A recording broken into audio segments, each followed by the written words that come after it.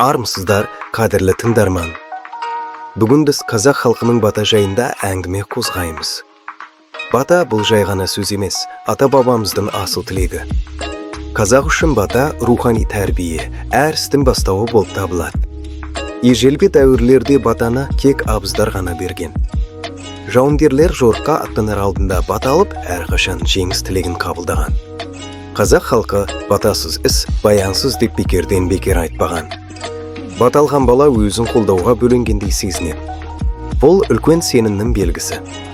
Мысалы, дастархандағы ас батасы береке тілеу, жастарға бірлікті үйретеді. Батаның түрлері бар. Ас батасы дастарханда айтылатын ең басты түрі. Жол батасы ұзақ сапарға шыққанда беріледі. Той батасы қуанышта айтылады. Арнаулы бата жаңа іс бастағанда берілетін батаның бір түрі. Мысал, жолың болсын балам, әрдайым еліңе елеулі бола бер. Осындай сөздер арқылы жастардың бойына сүйіспеншілікті сіңірген екен.